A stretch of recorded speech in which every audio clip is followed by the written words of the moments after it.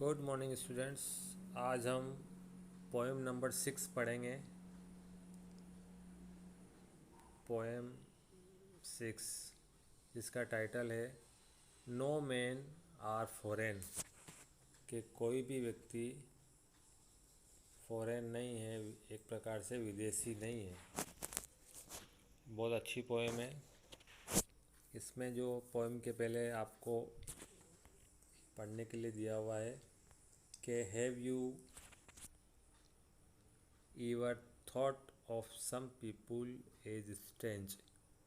क्या आपने कभी कुछ लोगों के बारे में सोचा है कि वो स्ट्रेंज विचित्र हैं, और अदर कंट्रीज एज फॉरेन, या वे दूसरे देश के हैं, फॉरेन कंट्री के हैं। We have many ways of thinking of other people as different from us as them. हम बहुत सारे तरीके से सोचते हैं कि जो लोग हैं वो हमसे अलग हैं।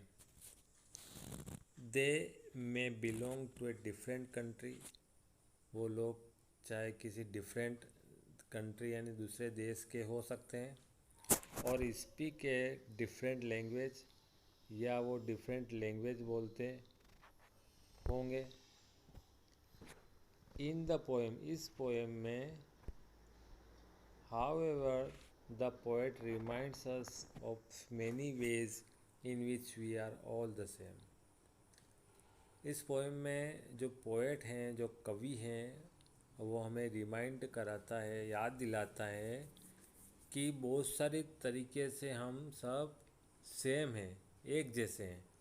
For we are all human, क्योंकि हम सब क्या है, ह्यूमन का मतलब होता है मानव, हम सब मनुष्य हैं।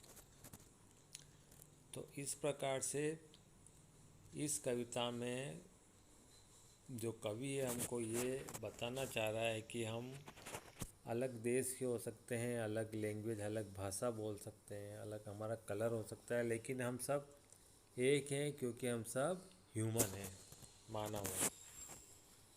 तो चलो ये पोएम स्टार्ट करते हैं। रिमेंबर का मतलब होता है याद रखना। नो मैन आर स्ट्रेंज, ये हमेशा याद रखो कि कोई भी व्यक्ति, नो मैन आर स्ट्रेंज, कोई भी व्यक्ति विचित्र नहीं है, अजीब नहीं है। नो कंट्रीज फॉरेन, और कोई भी कंट्री विदेश नहीं है, कोई सा भी देश विदेश नहीं है। बीनीथ ऑल यूनिफॉर्म्स, बीनीथ का मतलब होता है नीचे, और यूनिफॉर्म का यानी जो पोशाक होती है हमारी, पहनावा होता है। बीनीथ ऑल यूनिफॉर्म, सारी यूनिफॉर्म्स के नीचे ए सिंगल बॉडी ब्रीथ्स, एक सिंगल बॉडी, एक केवल एक शरीर, ब्रीथ्स का मतलब सांस लेता है। लाइक आवर्स, हमारे जैसे ही, the land our brothers walk upon is earth like this in which we all shall lie. हमारी तरह ही किसी और जगह पर भी लोग जो हमारे भाई हैं, वो वैसे ही, जैसे हम चलते हैं वैसे ही वो उस पर चलते हैं, और जैसे हम सांस लेते हैं वैसे ही वो वहाँ पर भी सांस लेते हैं। और इसी पृथ्वी पर एक दिन हम सब क्या हो जाएंगे, इसी पृथ्वी पर, इसी मिट्टी में हम सब मिल जाने वाले हैं। They too aware of sun and air and water, वे सभी भी अवेयर हैं, उनको भी जागरूक है इस बात को लेकर, सचेत है सन के बारे में यानी सूर्य के बारे में, हवा के बारे में, और वाटर यानी पानी के बारे में, वो भी सचेत हैं, वो भी ज्ञान रखते हैं।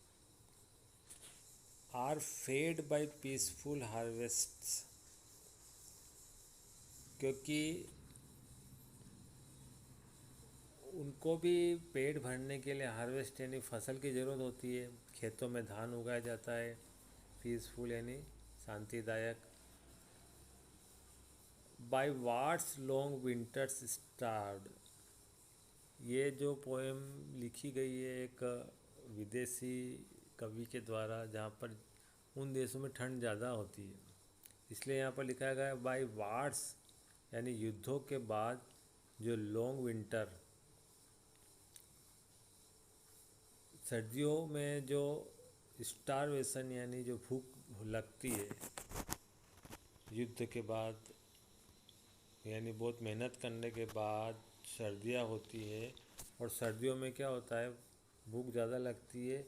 देयर हैंड्स आर आवर्स, जैसे उनके हाथ होते हैं वैसे ही हमारे हाथ हैं।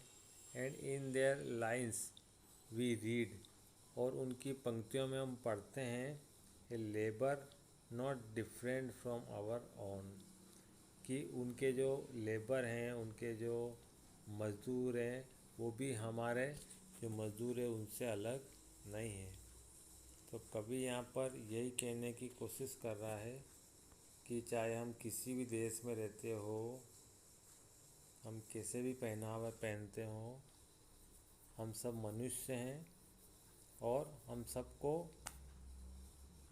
खाने के लिए धान फसल की ज़रूरत होती है, और खाने के लिए जैसे हाथ हमारे हैं दूसरों के भी हैं, है ना।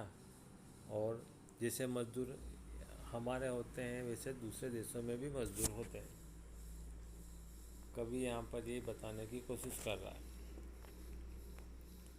Remember they have eyes like ours that wake or sleep, और ये भी याद रखो कि उनकी भी आँखें होती है हमारी तरह, दैट वेक जो जगती है और सोती है, and strength that can be won by love, और हमारी तरह उनमें भी ताकत होती है जो कि जीती जा सकती है by love. In every land is common life, सभी जगह पर सभी देशों में एक कॉमन लाइफ होती है, एक सामान्य जीवन होता है। That all can recognise and understand, जो हर कोई, रिकॉग्नाइज का मतलब पता लगाना, और अंडरस्टैंड का मतलब होता है समझना, जो हर कोई पता लगा सकता है और समझ सकता है कि किस प्रकार से सबकी एक जैसी आँखें, सबके एक जैसे हाथ, ताकत, है ना, ज़मीन एक जैसी, सबकी लाइफ एक जैसी, जो कि क्या करती है, समझती है और पहचानती है। आगे जो हैं पोएम का जो अंतिम 2 स्टेंजा हैं वो हम कल पढ़ेंगे। Thank you.